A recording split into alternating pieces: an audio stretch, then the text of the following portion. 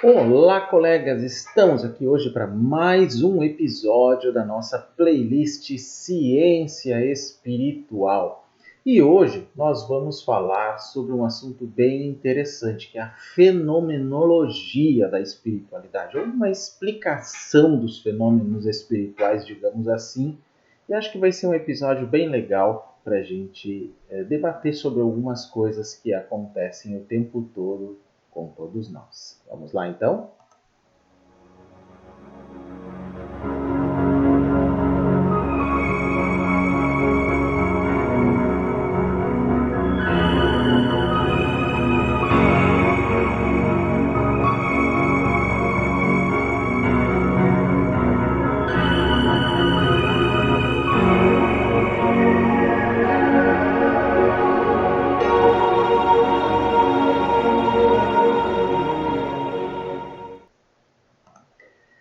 Muito bem, pessoal. Por que este vídeo de hoje? Ele tem um motivo, de fazer esse episódio, mais um episódio da nossa playlist de Ciência Espiritual, que foi a primeira realmente playlist importante do nosso canal nos últimos 2 anos, em todo esse tempo de pandemia que nós estamos passando.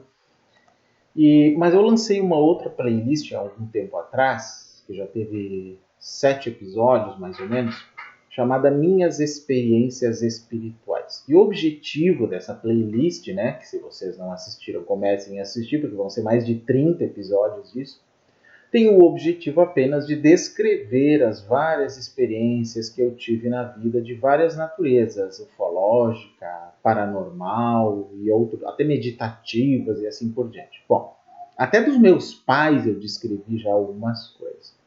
E aí as pessoas vêm e fazem algumas perguntas sobre isso. Ah, isso que você passou é real, não é real? Como é que é esse negócio? Eu não acredito naquilo quando você diz que viu um OVNI, quando não sei o que. Eu digo, gente, o objetivo daquela playlist é ser uma playlist de fenomenologia. E o que eu quero dizer com isso? Que apresente o fenômeno. Vocês é que vão julgar ou não, mas mesmo assim com várias dificuldades, que é vocês não viveram a experiência. E a fenomenologia como tal tem exatamente essa função de estudar a natureza dos fenômenos, por que eles acontecem, se nós podemos interpretá-los de várias maneiras, é onde entra aí a epistemologia, E o que nós podemos fazer? Qual é a realidade desses fenômenos? Isso me lembra muito Sam Harris, do qual nós já fizemos um vídeo aqui sobre o livro dele, Despertar, em que ele fala de uma espiritualidade sem religião, em que ele diz que, em geral, ou diria que é via de regra mesmo, não é nem em geral, os nossos experimentos, as nossas vivências espirituais são sempre matizadas pela nossa cultura, pelo nosso pensamento religioso prévio, pelas nossas crenças. Ou seja, isso de certa forma contamina, filosoficamente falando, óbvio, contamina a nossa interpretação dos fenômenos que nós vivenciamos. Na verdade, contamina todas as experiências que nós temos na vida, não só as experiências espirituais, paranormais ou de outra natureza, gente? Transcendentais, religiosas em geral, xamânicas, não importa, mediúnicas, não. Na verdade, essas nossas ideias prévias que vêm pela cultura, talvez até por alguma predisposição genética, não sei, uma coisa que ainda recém está sendo pesquisada, tudo isso é matizado pelo que nós pensamos. O que significa que é muito difícil chegarmos à interpretação única, real, absoluta de qualquer evento relatado. É, aliás, uma das dificuldades dentro da ufologia, quando nós investigamos a casuística, os casos, os avistamentos, como nós vamos chegar a alguma conclusão sobre aquilo que a pessoa diz. Então, aquela minha playlist, minhas experiências espirituais, tem também um objetivo meio provocativo nesse sentido, provocar em vocês o questionamento. Eu apenas relato da minha perspectiva como eu vivenciei aquelas experiências, e ainda vão ter muitas outras aí bem interessantes para vocês, Mas o fato é que sempre que eu posto uma daquelas experiências da minha vida, muita gente nos comentários relata ter passado por algo parecido, e isso é muito relevante. Talvez até seja uma das coisas mais importantes daqueles vídeos, os comentários das pessoas depois, que mostram que passaram por coisas que também se encaixariam naquilo. Então temos algo relevante, gente? Muito relevante para isso tudo. Mas antes da gente continuar nessa questão, eu vou dar só uma lida rápida aqui sobre o que é a fenomenologia. Por que então vamos falar da fenomenologia da espiritualidade? E eu vou usar 2 estudos em especial para isso. Um sobre a religião e outro sobre a meditação, para a gente poder entrar nessas questões, porque são 2 elementos que têm muitos experimentos, muitas experiências. Bom, fenomenologia, do grego phanestai, que é aquilo que se apresenta ou que mostra, e logos, que é a explicação ou estudo. Então, é o estudo daquilo que se mostra, daquilo que nós experienciamos. Vamos estudar aquilo e chegar a alguma ideia, né? Na verdade, então, a fenomenologia é uma metodologia, ou seja, um modo de pensamento filosófico que retoma a importância dos fenômenos, os quais devem ser estudados em si mesmos. Tudo o que podemos saber do mundo e de nós próprios resume-se a esses fenômenos, a esses objetos fenomenais que o ser experimenta em sua finitude. Os objetos da fenomenologia são dados imediatos apreendidos em intuição pura, na nossa lida cotidiana com as coisas, com o propósito de descobrir estruturas existenciais dos atos, noesis, e as entidades que correspondem a elas, que são noema. Então, Edmund Husserl, que viveu de 1859 a 1938, filósofo, matemático e lógico, é o fundador desse método de investigação filosófica e quem estabeleceu os principais conceitos e métodos que seriam amplamente usados pelos filósofos dessa tradição. Eu já falei mais sobre isso, sobre essa pequena introdução. E existe também até antropologia fenomenológica, tem um monte de coisas aí. Bom, já dado essa primeira definição aqui para vocês, o que eu quero dizer sobre as experiências espirituais? Eu nem vou falar religiosas, as religiosas estariam dentro das experiências espirituais. Então eu vou falar de um modo mais amplo. Se eu falasse experiência religiosa, simplesmente, eu me encaixo dentro de um elemento que é doutrinário. As religiões instituídas, certas doutrinas, que têm certas visões específicas de mundo sobre as coisas. É um elemento, né? É um elemento importante de se estudar. Mas mais amplo do que isso, eu considero numa fenomenologia da espiritualidade que tem fenômenos espirituais que estão além de qualquer interpretação religiosa. Ou, pelo menos pretensiosamente, a ideia é tentar chegar a uma compreensão dos fenômenos espirituais ou parapsicológicos ou paranormais ou até ufológicos, interdimensionais, sejam quais forem, de uma perspectiva não dogmática e específica, ou seja, não analisar um fenômeno espiritual num viés cristão, ou num viés budista, ou num viés espírita, por exemplo, ou num viés não dualista específico, Advaita, não importa. A ideia é um pouco além disso, é como pesquisa mesmo, né? Então, quando eu falo disso, as experiências espirituais da humanidade realmente são muito antigas e a gente consegue atestá-las nas várias pinturas em cavernas e figuras pelo mundo todo, indicando algum elemento espiritual, né, ritualístico, inclusive, xamânico, né, mostrando que os antigos tinham visões diferentes das coisas.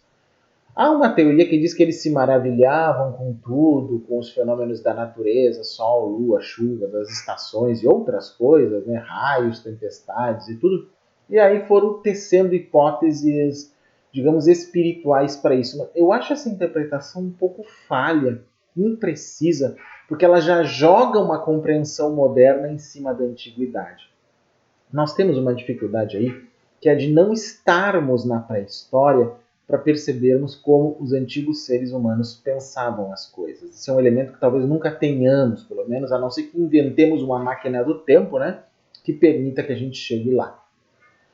Bom, não sei se inventaram, se um dia vão inventar, mas por enquanto não temos estes elementos, gente. Se alguém tem a máquina do tempo, então quem nos apresente? Eu sei que tem muita teoria da conspiração sobre isso, mas isso não resolve a nossa dúvida, né? Mas, de qualquer forma, essas experiências espirituais sempre existiram.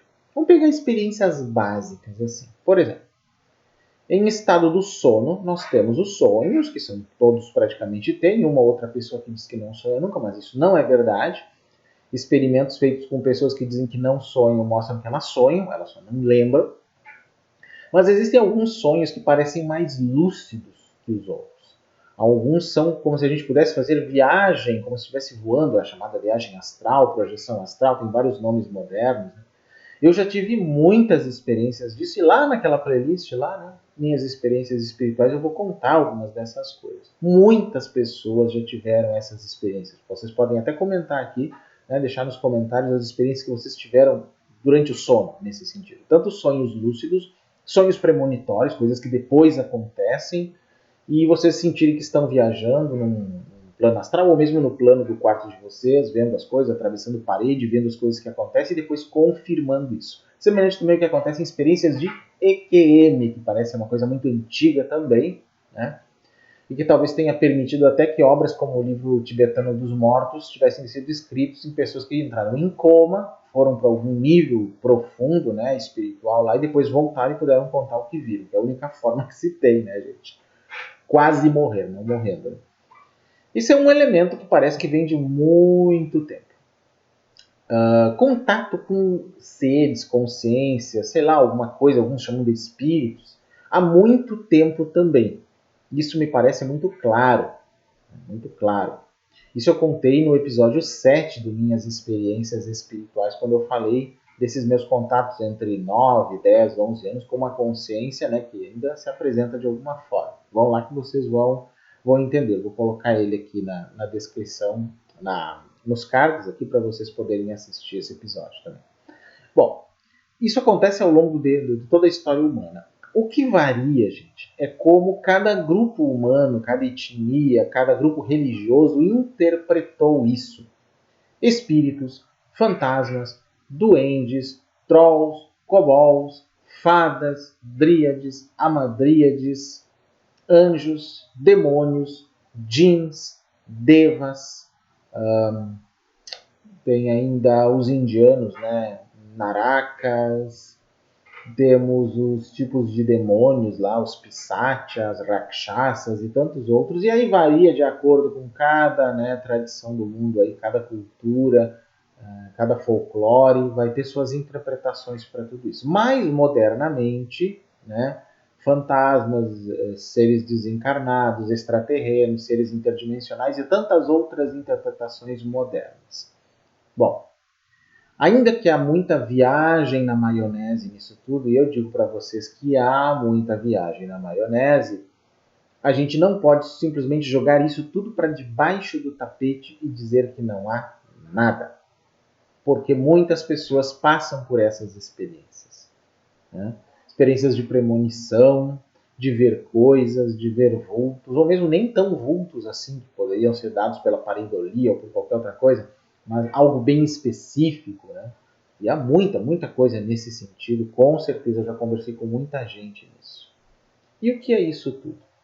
Né? Como que nós vamos interpretar essas coisas? Qual é o elemento que nós vamos usar? Se nós usarmos um elemento religioso, nós vamos interpretar tudo isso segundo um viés de uma religião. Ou fazer uma mistureba, que nem faz a teosofia e outros grupos por aí, né?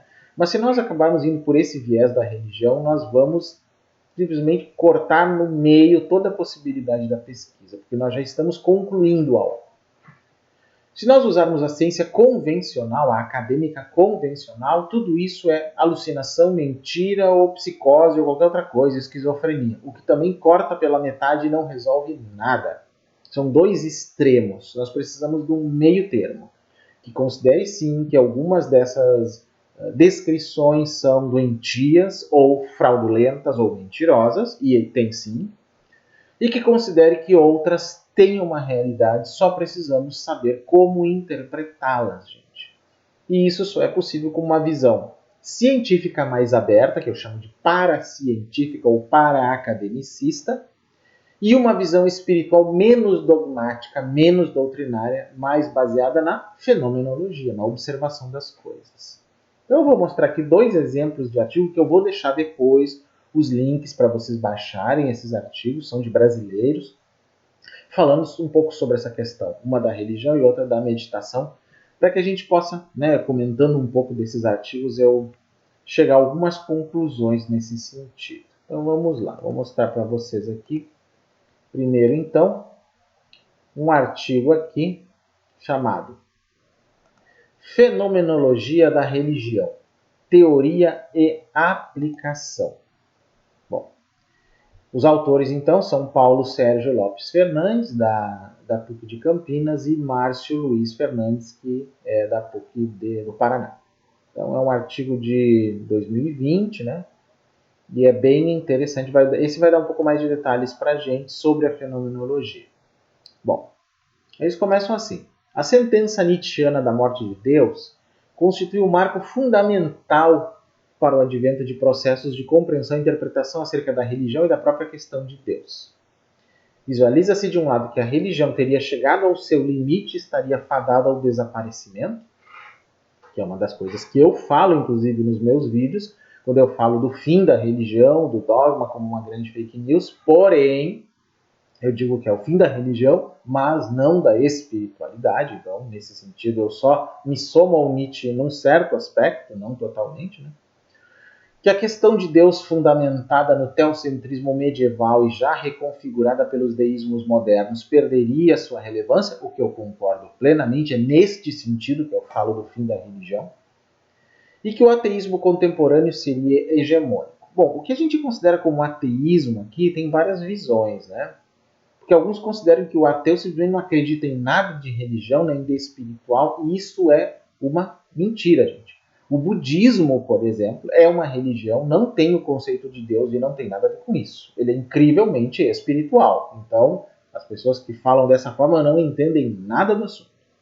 De outro lado, essa sentença era compreendida não só como uma crítica à metafísica ateísta que configurou a revelação divina como isenta de historicidade e da realidade existencial do ser humano, mas também como uma crítica à própria ciência moderna que emergia positivistamente e com caráter messiânico para trazer ordem e progresso à humanidade. Então, dessa tensão referente à religião e à questão de Deus, surgiram esferas reflexivas, denotativas, de que a análise da religião não seria mais exclusividade da teologia e que seria possível abordar historicamente as religiões, visualizá-las como eixo de integração social, Durkheim, e até mesmo concebê-las como ilusão, como Freud, além de compreender a relação entre a ética protestante e o espírito do capitalismo, como Weber. Bom, ou seja, pela primeira vez, então, se pesquisava a religião. Por isso que existe tanto a disciplina História das Religiões, como também Ciências das Religiões, que estudam desta perspectiva aqui. Então, nesse clima, surge também a análise fenomenológica da religião. Então, o fundador da fenomenologia, né, Edmund Husserl, ocupou-se também na questão de Deus. Tomando como objetivo o acesso à verdade do mundo e do homem, realizou uma escavação arqueológica na estrutura das vivências para compreender o fundo dos processos dos fenômenos culturais e assim superar o positivismo científico e efetivar o programa de uma fenomenologia filosófica. Para percorrer o seu caminho, o autor não só se apropriou da herança de Franz Brentano, interessado em analisar cientificamente os atos psíquicos de modo qualitativo, como também integrou à sua análise as contribuições recebidas do idealismo cartesiano, da concepção kantiana de fenômeno, das inquietações espirituais de Agostinho e da noção de história, oriunda do conceito diltheianiano da experiência como Erlebnis, experiência de vida vivida ou simplesmente vivência. Dentre várias elaborações fenomenológicas, inseriu-se analiticamente na questão de Deus e da religião. Por ser fenomenológica, né, a análise de Husserl utilizou-se de suas categorias fundamentais: intencionalidade, intuição categorial, mundo da vida, consciência, objetividade, subjetividade, intersubjetividade e a fundamental distinção entre lei e noesis. Por isso, a questão de Deus, por mais metafísica que pudesse parecer, teria na fenomenologia da experiência religiosa uma esteira de cunho ilético, material e noético, conteúdo, em que se tem o significado da referida experiência, efetivada tanto no âmbito pessoal quanto comunitário. No clima dessa fenomenologia, a religião foi concebida em consonância com a concepção de sacro, propiciando que se elaborasse uma teologia fenomenológica em que o sacro é o mysterium tremendum et fascinans, que provoca no ser humano tremor, arrepios, temor e também atração e fascinação. Esse sacro foi também concebido como hierofanias, mediante a análise morfológica das religiões, no campo da história fenomenológica das mesmas, trazendo à tona uma concepção que caracteriza as diversas formas de constituição da experiência religiosa, algo pesquisado por Eliade, ou seja, Mircea Eliade. Em esteira semelhante com aprofundamento histórico e antropológico, encontra-se a fenomenologia da religião desenvolvida por Van der Leeuw. Esse autor concebe a religião como um fenômeno relativamente escondido, que se revela progressivamente, é relativamente transparente e possui 3 etapas como experiência: a vivida, a de compreensão e a de testemunho. Acho muito interessante, porque tem a vivência, primeiramente, que é o fenômeno em si, é simplesmente a experiência pura, né, nua e crua. Depois, a sua compreensão, que é quando entra a nossa memória e tudo que nós conhecemos para que a gente possa tentar chegar a uma conclusão do que aconteceu. E aí, o testemunho, que é como nós vamos descrever essa experiência a outro. Qualquer pessoa que descreva uma experiência vivida chegou nesse 3º nível, que é o do testemunho. Então, quando nós vivemos uma experiência, principalmente de nível espiritual, muito profunda, ficamos ali maravilhados com a coisa, ou embasbacados, ou sei lá, chocados muitas vezes. Depois nós começamos a pensar sobre ela quando lembramos da experiência. E aí entram os elementos de interpretação. Para nós, né, da nossa própria interpretação, como nós mesmos entendemos o que nos aconteceu. Quando testemunhamos a outros, aí, além disso, nós temos que ver como nós vamos nos comunicar com o outro para que ele entenda o que nós estamos dizendo. Nesses 3 processos, muita coisa se perde, gente. Então, como diz aqui o artigo, a alusão a essas etapas levou o autor a alargar o campo da fenomenologia da religião, mediante uma análise histórica e antropológica das religiões compreendidas na relação entre singularidade própria e universalidade de atitudes e construtos sociais e culturais. Bom, aí eles vão falando mais coisas aí, né? E diz o seguinte mais adiante aqui. A fenomenologia arqueológica, que é uma coisa bem interessante, inclusive, tem sua síntese consolidada nas obras de Angela Alisbello, filósofa italiana, fundadora do Instituto Italiano de Fenomenologia, docente emérita da Universidade Lateranense, coordenadora do Departamento de Investigação sobre Wittgenstein e membro da Comissão Teológica Internacional. Bom, trata-se de uma autora que se apropriou da fenomenologia husserliana, da fenomenologia de Wittgenstein, da filosofia cristã e da arqueologia histórico-antropológica de Gerardus van der Leeuw, e que investiu em um programa fenomenológico de vida, capaz de analisar as coisas mesmas e de colocar os saberes em um movimento dialógico. Por isso, ainda que seja uma religiosa cristã, a sua fenomenologia da religião é fundada no diálogo da filosofia com as áreas de saber supracitadas, de modo a realizar um processo de escavação arqueológica da religião. Então, eu acho que também é possível fazer uma escavação arqueológica da espiritualidade como um todo, né? Independente da religião. Porque assim, religião acaba se tornando um fenômeno de massa, gente. Mas o que eu chamo de experiência religiosa, experiência espiritual, é uma experiência individual. Essa é a diferença que eu faço entre a experiência religiosa como um grupo, que acaba tendo uma experiência que, inclusive, de certa forma, retroalimenta as interpretações do próprio grupo, e a experiência individual e espiritual, que necessariamente não precisa estar ligada a essa retroalimentação. É uma experiência própria. A autora analisa as religiões em suas respectivas estruturas fundamentais, que denotam a relação com a produção cultural, com os condicionamentos sociais e com o movimento propriamente religioso, cuja origem está no que se denomina de potência. Né? Bom, eles vão continuando aqui, vão falando sobre os ritos e tudo mais, né? E vamos ver mais adiante aqui. A fenomenologia da religião do divino é desenvolvida por meio da esteira heideggeriana, de Martin Heidegger, que, a despeito da tradição religiosa cristã católica presente em Heidegger, que era filho de sacristão católico, havia estudado junto aos jesuítas e pleiteado a condição de docente de filosofia católica e incorrido à esfera da teologia luterana no final da década de 1910. Assumiu o caminho de uma religião do divino, ou de uma religião sem religião. Uma das expressivas pensadoras dessa forma de levar a cabo a fenomenologia, né, uma religião sem religião, é Irene Borges Duarte, docente e pesquisadora portuguesa da Universidade de Évora, membro da Associação Portuguesa de Fenomenologia e do Centro de Investigação Filosófica de Lisboa e coordenadora do projeto Heidegger em Português, né, que é financiado pela Fundação de Ciência e Tecnologia de Portugal. Então, nessa forma de analisar fenomenologicamente a religião, o ponto de partida é a preocupação com a crítica heideggeriana feita à metafísica por ter se esquecido do ser, ao se ocupar intensamente com o ente, principalmente com o ente supremo, tendo se desenvolvido como ontoteologia. Ou seja, se preocupou muito mais com Deus lá longe do que com o ser que está aqui conosco, né?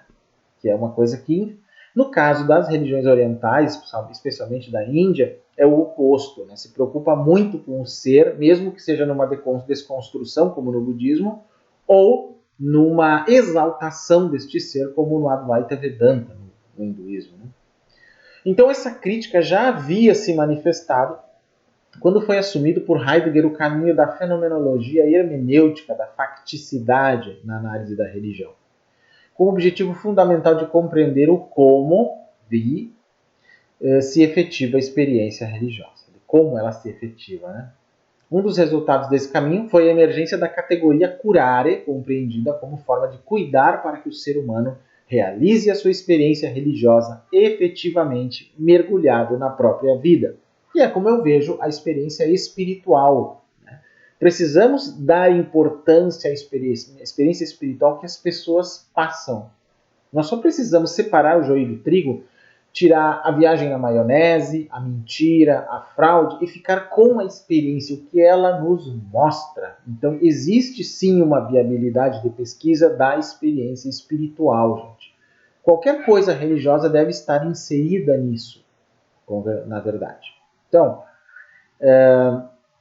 essa fenomenologia não deve ser concebida sem o desenvolvimento posterior da obra de Heidegger, em que apresenta a virada, né, em que a erignis, traduzida por acontecimento apropriativo, ou acontecimento propício ou ainda evento, em que o ser se dá ao homem, habita na linguagem, que é a casa do ser, e o homem, por sua vez, se torna o pastor do ser. Interessante essa questão. Né? A categoria cuidado, evocada como Sorge em Zion Zeit, torna-se importante à medida que o homem é chamado para ater-se ao ser que lhe advém para habitar na linguagem. Né? Nesse sentido, Irene Borges Duarte visualiza a obra de Heidegger como um todo, incluindo o advento do ser como algo que já apresentava nas fases anteriores, de modo que se debruça sobre textos fundamentais denotativos dessa entrega do ser ao homem. Então precisamos realmente recuperar o ser, gente. Não dessa forma que o pessoal na Namastê Gratiluz faz aí, ao ser e o ter, e fazem umas coisas que nem sabem o que eles estão falando, né, gente? Então, isso infelizmente é uma questão, né, complicada. Na conclusão aqui, estou lendo só partes do artigo, né, gente, vocês podem acessar depois.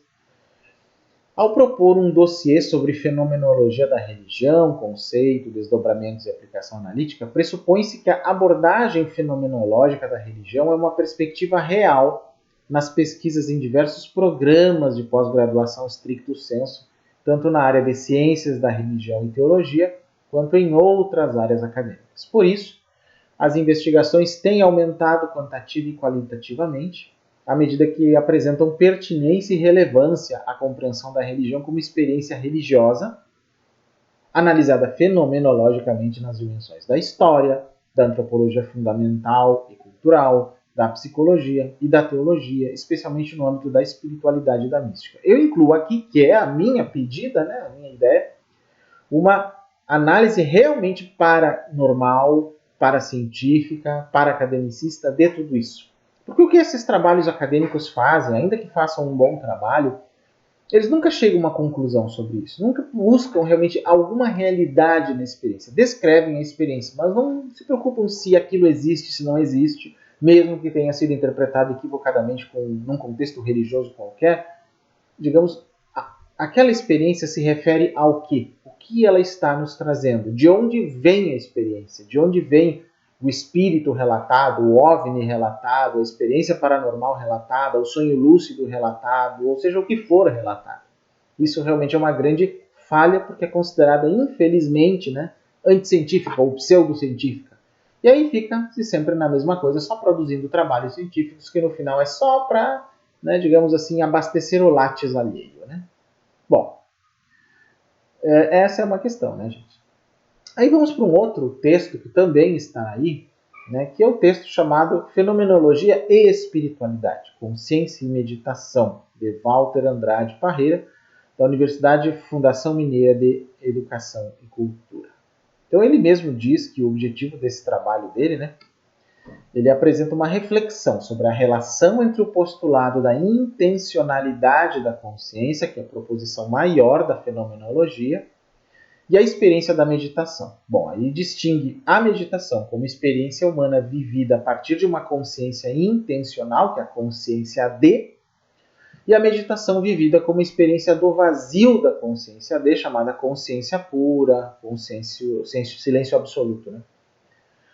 Identifica, na linguagem da espiritualidade mística, a primeira como uma experiência de não dualidade e a segunda como uma experiência de unidade, e aponta que o percurso para se viver uma e outra se inicia a partir da consciência mundana, que se crê dual, que separa sujeito e objeto, observador e observado, pensador e pensamento. Coteja as concepções ocidental e oriental de consciência, e tem diferença, a gente já falei várias vezes aqui, eu, vazio e vacuidade, e registra a relação entre consciência e liberdade. Encontra na poesia a linguagem que melhor expressa a experiência da meditação, sobretudo a vivida como vazio da consciência D, como consciência pura ou silêncio absoluto. Bem interessante esse artigo, recomendo que vocês procurem esse PDF depois ali, né? E estudem, porque aqui que nós vamos ver um ponto mais profundo sobre o aspecto não dual de muitas das experiências espirituais, né? Um detalhe importante, nem toda experiência religiosa e ou espiritual é não dual, gente. Tá? Mas toda experiência não dual é espiritual, neste sentido. Eu até acho que o não dual seria o espiritual mais profundo, na verdade. Mas como dizem partes aqui, são 12 páginas desse artigo, para a fenomenologia, a consciência é sempre consciência de um fenômeno. E um fenômeno é sempre fenômeno para uma consciência. Ou seja, não há consciência e um objeto, considerado esse objeto como algo externo à consciência, separado dela. Dessa forma, não há separação entre observador e o que é observado, assim como também não há o pensador e a coisa pensada, como um dado interno psicológico. O próprio Buda explicou isso, né? Tudo que nós experimentamos é a partir da nossa própria consciência, gente. Mesmo quando eu estou olhando essa tela do meu computador aqui, lendo esse material para vocês, eu estou fazendo da minha perspectiva, eu estou tendo uma experiência da minha perspectiva, de primeira pessoa, minha perspectiva. Outra pessoa fazendo isso teria outra experiência de outra perspectiva. Aí vocês podem me perguntar, tá, mas o computador seria outro?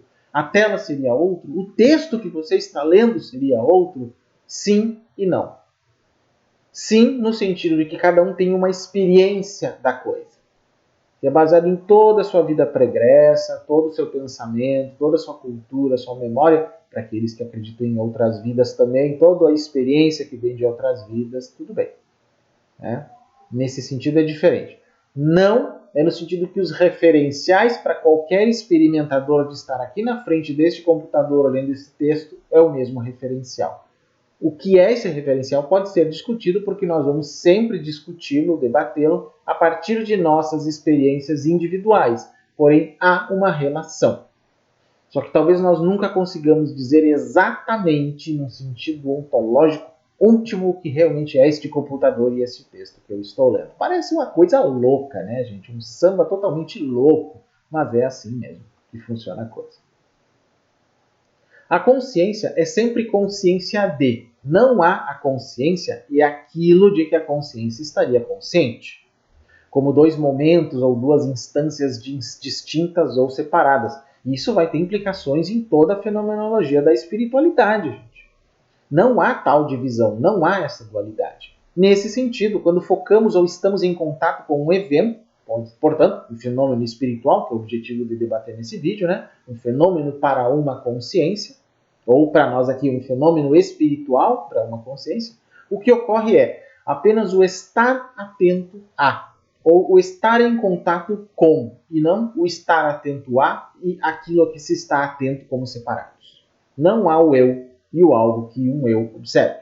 O que eu quero dizer com isso é que qualquer experiência que nós vivenciamos, em que há essa conexão que eu falei, quando nós chegamos na segunda fase, né, que é a compreensão do fenômeno, já entra esse elemento aqui misturado. Eu não tenho separação do evento que eu vivenciei.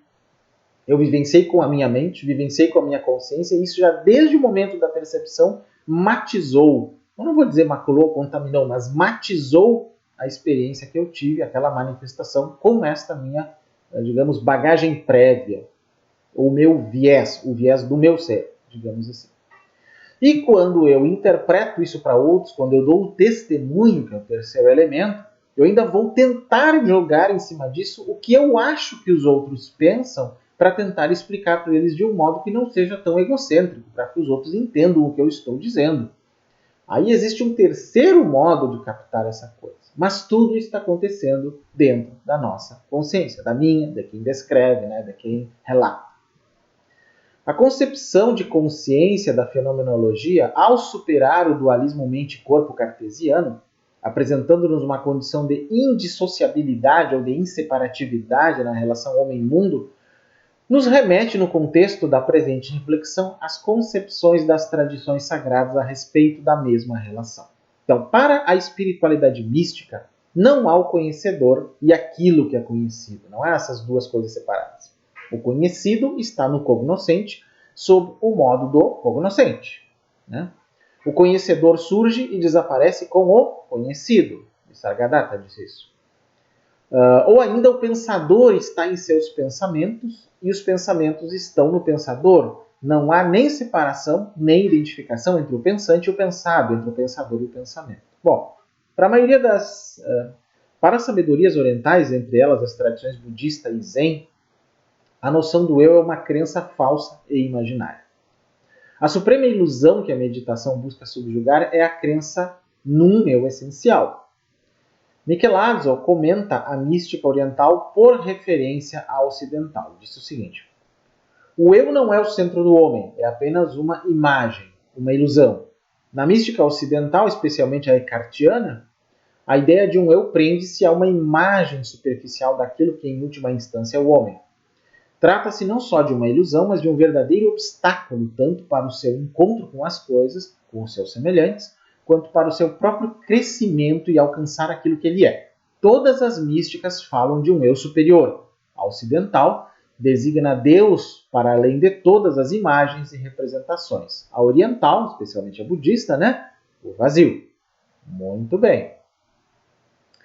Também na tradição hinduísta, o eu não é o centro, conforme diz então Sri Nisargadatta Maharaj. O ser real não é inquieto, mas seu reflexo na mente assim o parece, posto que a mente mesma é inquieta. É como o reflexo da lua na água agitada, movimentada pelo vento.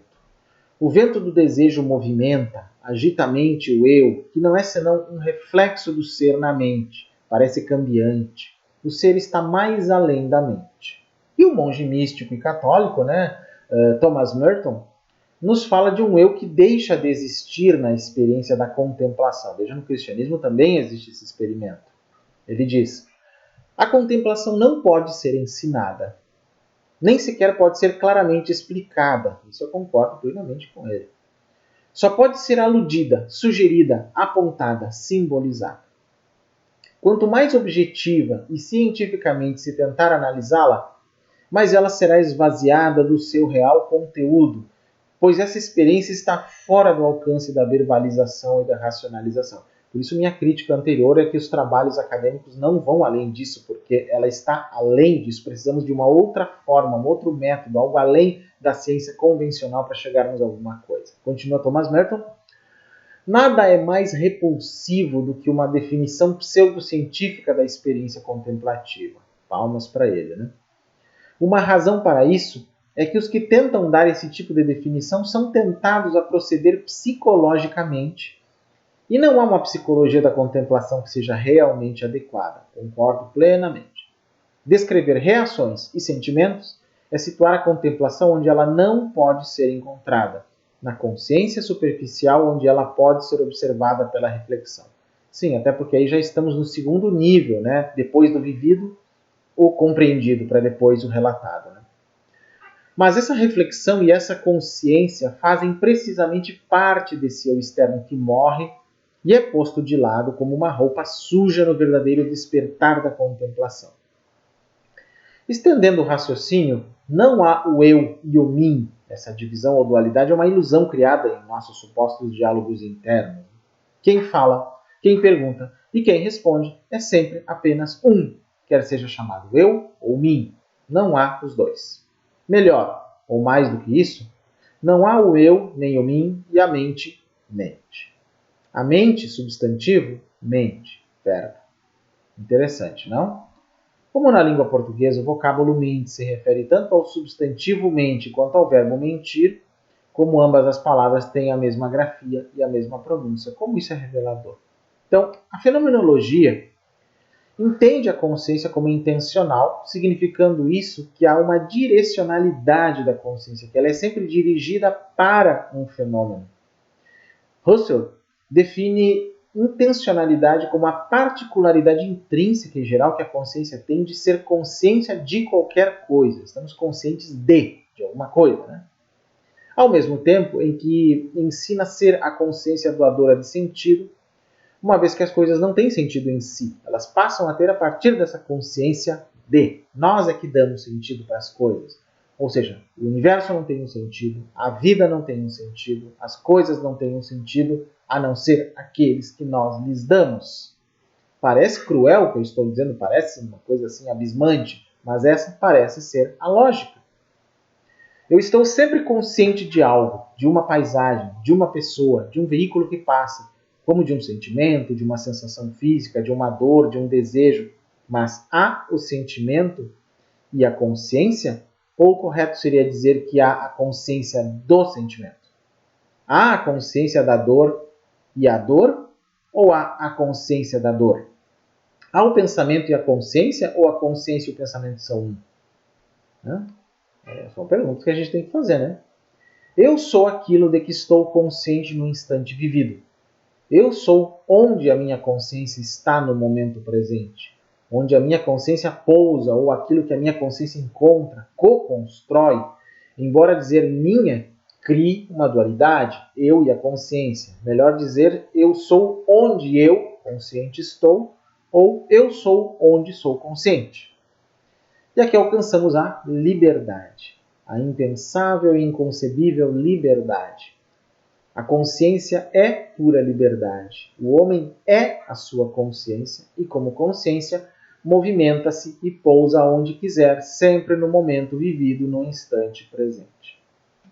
Então, as palavras seguintes de Jiddu Krishnamurti marcam ambas as concepções. A não dualidade, como condição do experienciar humano, e a consciência como um dado sempre do aqui e agora. Então ele diz o seguinte: quando o homem se tornar consciente do movimento dos seus próprios pensamentos, verá a divisão entre o pensador e o pensamento, o observador e o observado, o experienciador e o experienciado. Descobrirá que esta divisão é uma ilusão. Só então há observação pura, que é perceptibilidade sem qualquer sombra do passado ou do tempo. Esta perceptibilidade atemporal provoca uma mutação radical, profunda na mente. A divisão externo-interno, subjetivo-objetivo, a separação, oposição dentro-fora é também abordada por um físico, que até é bastante polêmico, que tem umas teorias meio gratiluz, né? Que é o Amit Goswami, no seu livro Universo Consciente, como a consciência cria o mundo material. E esse trecho, inclusive, que eu vou ler dele aqui, incrivelmente é Advaita Vedanta, gente. Basicamente é isso. Ele diz o seguinte lá no livro dele, que aliás é um dos mais interessantes até dele, na minha opinião. Talvez a mais importante e mais insidiosa suposição que absorvemos na infância é que o mundo material de objetos existe lá fora, independente dos sujeitos que são seus observadores. Há prova circunstancial em favor dessa suposição. Em todas as ocasiões em que olhamos para a Lua, por exemplo, nós a encontramos onde esperamos que esteja, ao longo da sua trajetória classicamente calculada. Naturalmente, projetamos que ela está lá, sempre lá no espaço-tempo, mesmo quando não a estamos olhando. A física quântica diz que não. Quando não estamos olhando, a onda de possibilidade da Lua espalha-se, ainda que em um volume minúsculo. Quando olhamos, a onda entra em colapso imediato.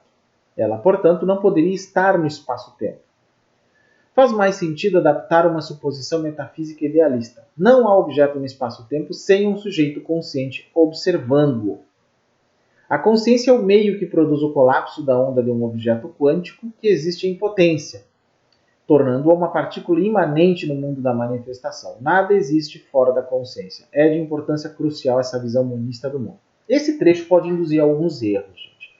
Pode, inclusive, induzir pessoas que leram Amit Goswami a dizer que então nada existe, que tudo depende da consciência como ela observa. Gente, temos uma questão lógica básica aqui.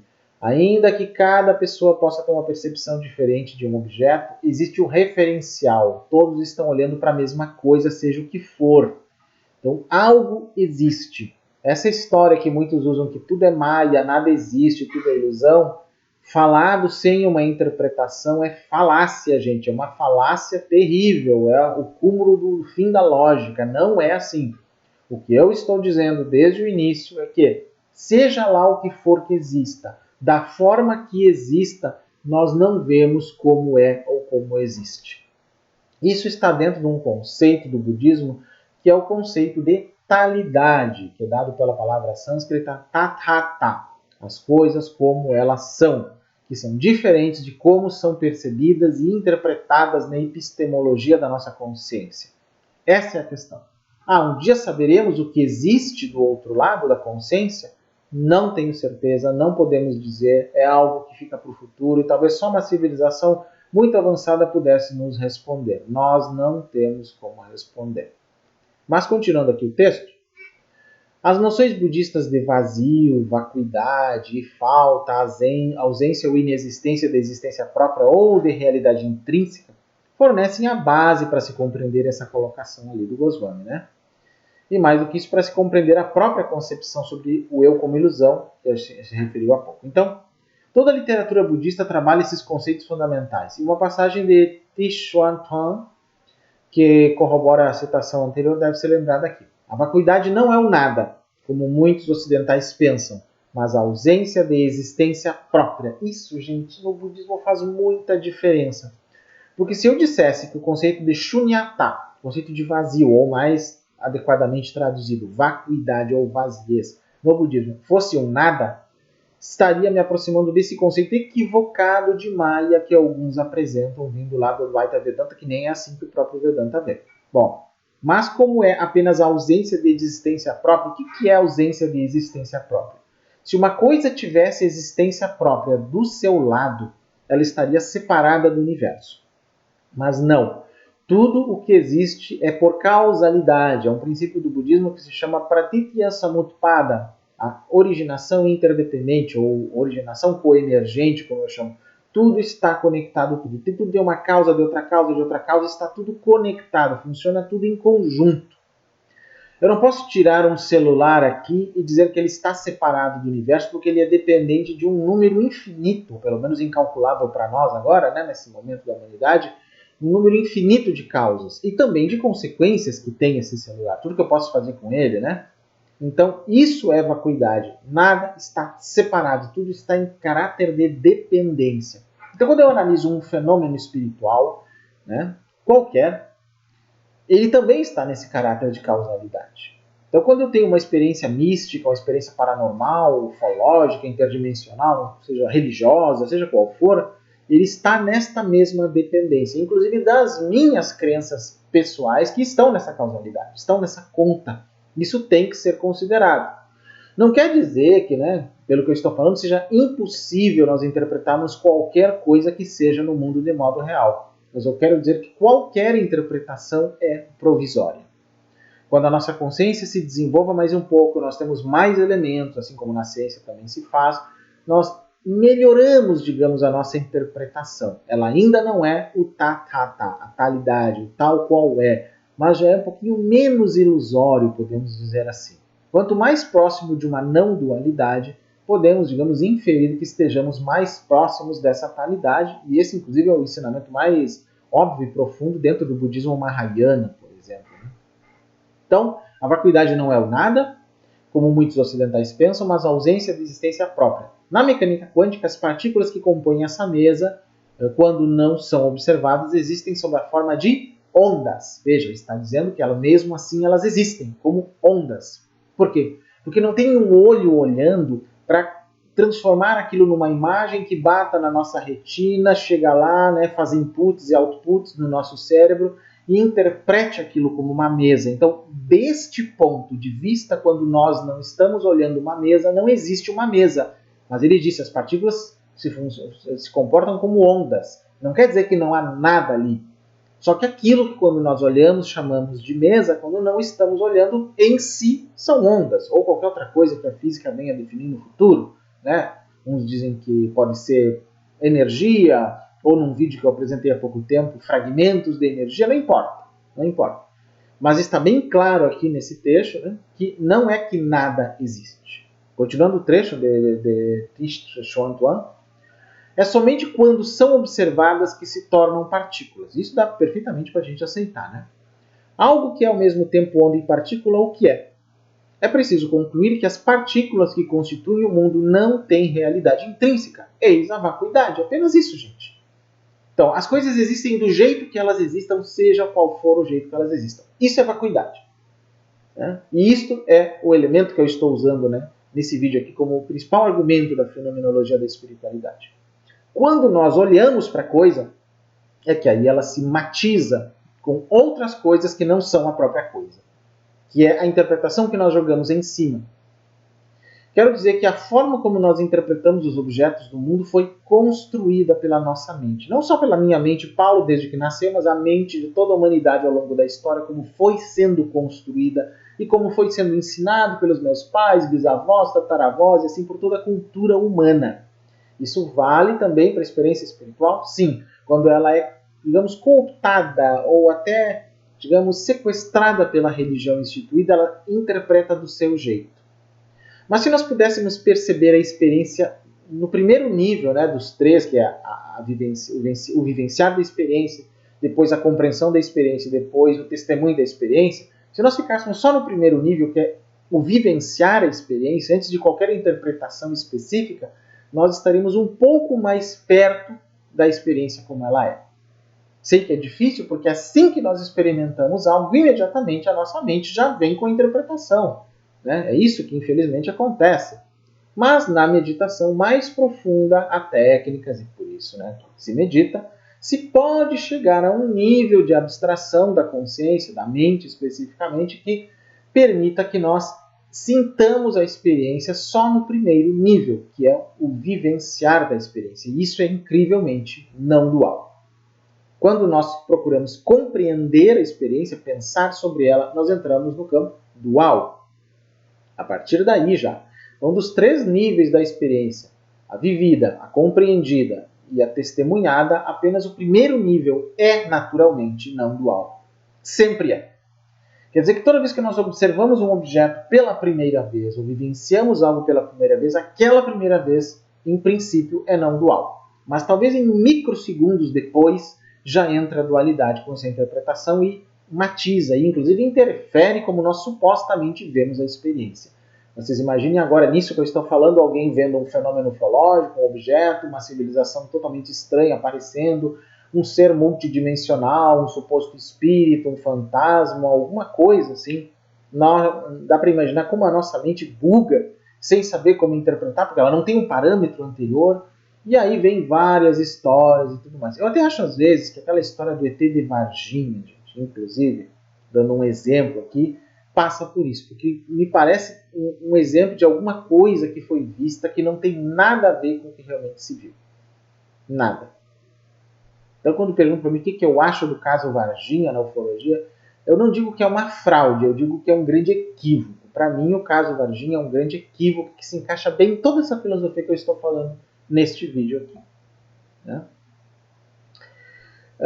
Leonardo Metsavat e Oscar Metsavat nos trazem palavras de um monge budista que diz o seguinte: para se atingir a libertação, o nirvana, é preciso estudar o vazio. O sentido da palavra vazio é extremamente importante. Quando pensamos em alguma coisa ou objeto, nossa mente segue em todas as direções, não é estável. Ela não pode ficar fixa em um objeto, pois as coisas não existem do seu próprio ponto de vista. Na verdade, elas existem sobre vários ângulos e de muitas maneiras. Esse é o sentido do vazio. Exato, do lado delas, né? Digamos assim. Tá. Dizer que as coisas não existem do seu próprio ponto de vista é outra forma de referir a concepção de que elas não têm substância própria ou realidade intrínseca, o que nos aproxima da compreensão do significado de vazio. Perfeito? Então, Suzuki disse o seguinte sobre isso. Ausência e extinção e não ocupação não constituem a concepção budista de vacuidade. A vacuidade não está no plano da relatividade. É a vacuidade absoluta. Ela é o que faz todas as coisas possíveis. É o zero pleno de infinitas possibilidades. É o vácuo de conteúdo inesgotável. Ou seja, em outras palavras, tudo é vazio e absolutamente pleno. Veja que interessante essa visão. Ele vai falar mais coisas sobre a meditação, onde isso acontece, que não é o objetivo do vídeo aqui, né, gente? Mas eu recomendo que vocês leiam, porque é realmente muito interessante tudo isso que é falado aqui, né? Agora, para poder fechar, né, o que eu falei no início, esses 2 artigos que eu li, com o que eu falei agora, em relação a uma possível fenomenologia da espiritualidade, das nossas experiências, como aquelas que eu conto, então, lá na playlist Minhas Experiências Espirituais. Eu procuro dar o mínimo de interpretação naqueles vídeos, mas é óbvio que como eu já estou na terceira fase, que é a do relato, ela já foi matizada. Eu tive a experiência X, no momento X da vida que eu falo, que quando eu estou, inclusive, relatando para vocês, eu estou me lembrando do que aconteceu. Mas essa lembrança que eu estou tendo quando eu relato para vocês lá nos vídeos, já é uma lembrança a partir da segunda fase, que é a fase da compreensão da experiência. Né?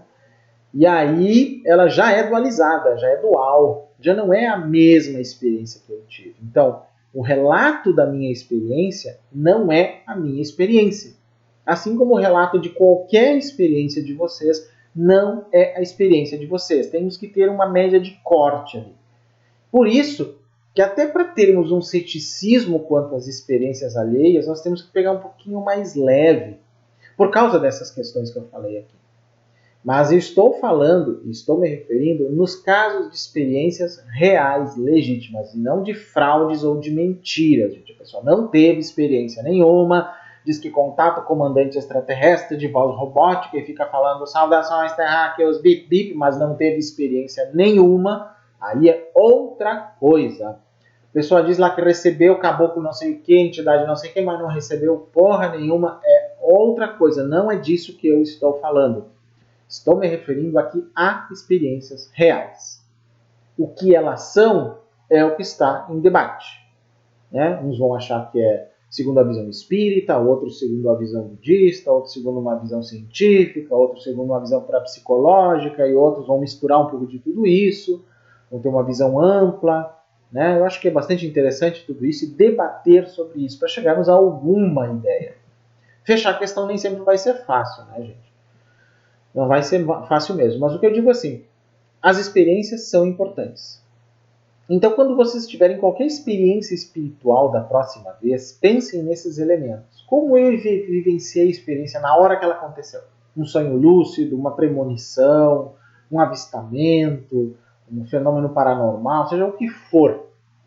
Né? Uma experiência religiosa em que eu acho que eu vi Jesus, Virgem Maria, que eu vi Jesus na goiabeira, sei lá, não importa. Como é que vocês se sentiram na época? Se sentir é diferente de pensar sobre. Tentem lembrar a sensação. Sensação ainda não é pensamento. Vai ser difícil, talvez, porque pode ser uma coisa que aconteceu há muito tempo e vocês não lembram direito. Para isso precisamos da memória, que já é outra coisa, que não é em si a experiência. Né? Então esse é um outro elemento mais difícil.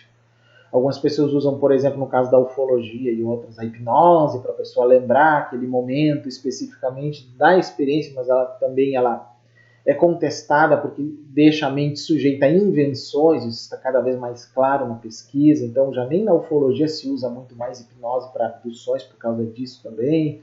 Eu já usei algumas vezes no passado e depois cheguei à conclusão que as pessoas inventavam coisas assim no momento na hipnose, então eu evito esse método.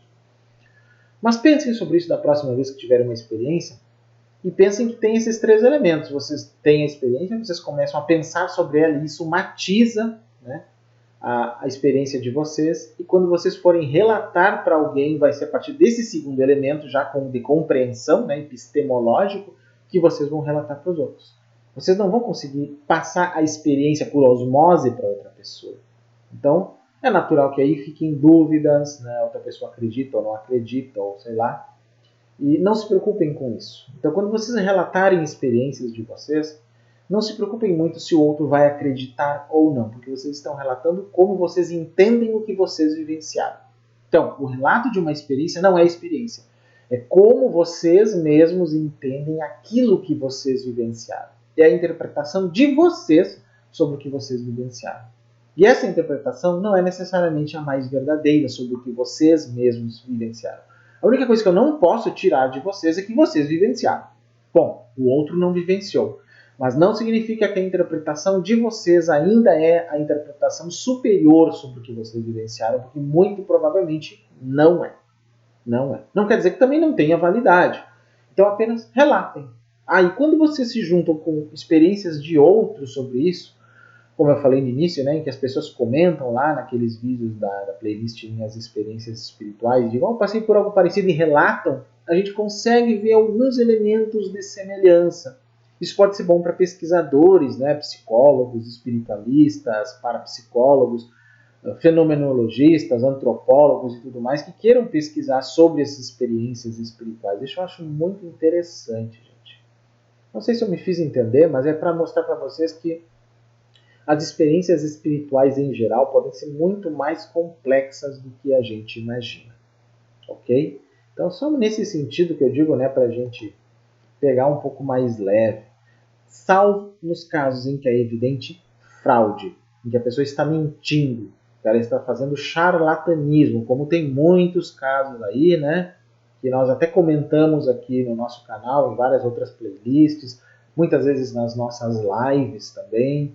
Aí é outra questão, já são casos de polícia, na minha opinião, principalmente quando existem benefícios financeiros ligados aí, né? Aí é outra situação, gente. Bom, quem está gostando do nosso vídeo, por favor, dê aquela curtida legal para nos ajudar, gente. Se inscreva no canal se ainda não é inscrito, compartilhe nosso vídeo, nosso canal com os amigos de vocês. Se puder se tornar membro do nosso canal, eu agradeço, porque temos vários membros que nos ajudam mensalmente com alguma das 3 faixas de contribuição que nós temos. E se vocês quiserem fazer uma doação, né, de tanto em tanto tempo, ou depois que terminarem de assistir esse vídeo aqui, vocês podem usar o Pix para isso, né, através da chave Pix, paystackle@gmail.com. Vocês podem fazer uma contribuição em qualquer valor para o nosso canal, gente. Ok? Agradeço muito se vocês nos ajudarem. E quem quiser seguir nas redes, aqui está meu Instagram, @paystackle, meu YouTube, para quem estiver assistindo ele incorporado em outros sites ou redes sociais, youtube.com/paulostack. Meu Twitter, _paystackle, tem uma página lá no Facebook também, que é o canal Paulo Stackle. Não se esqueçam, gente, que nós temos também um grupo no Telegram, e se vocês quiserem entrar no grupo do canal Paulo Stackle no Telegram, é só ir no final da descrição desse vídeo aqui, está o link direto para vocês entrarem lá, ok? E podem mandar para o meu e-mail, paystackle@gmail.com, todas as dúvidas de vocês, críticas, não tem problema, sugestões, o que vocês quiserem, vocês podem mandar por lá, ok? É isso então, e eu volto em algum outro momento, que agora essa playlist não é mais semanal, pode vir a qualquer momento, com algum assunto bem interessante que se encaixe nessa ideia de ciência espiritual, gente. Até lá então!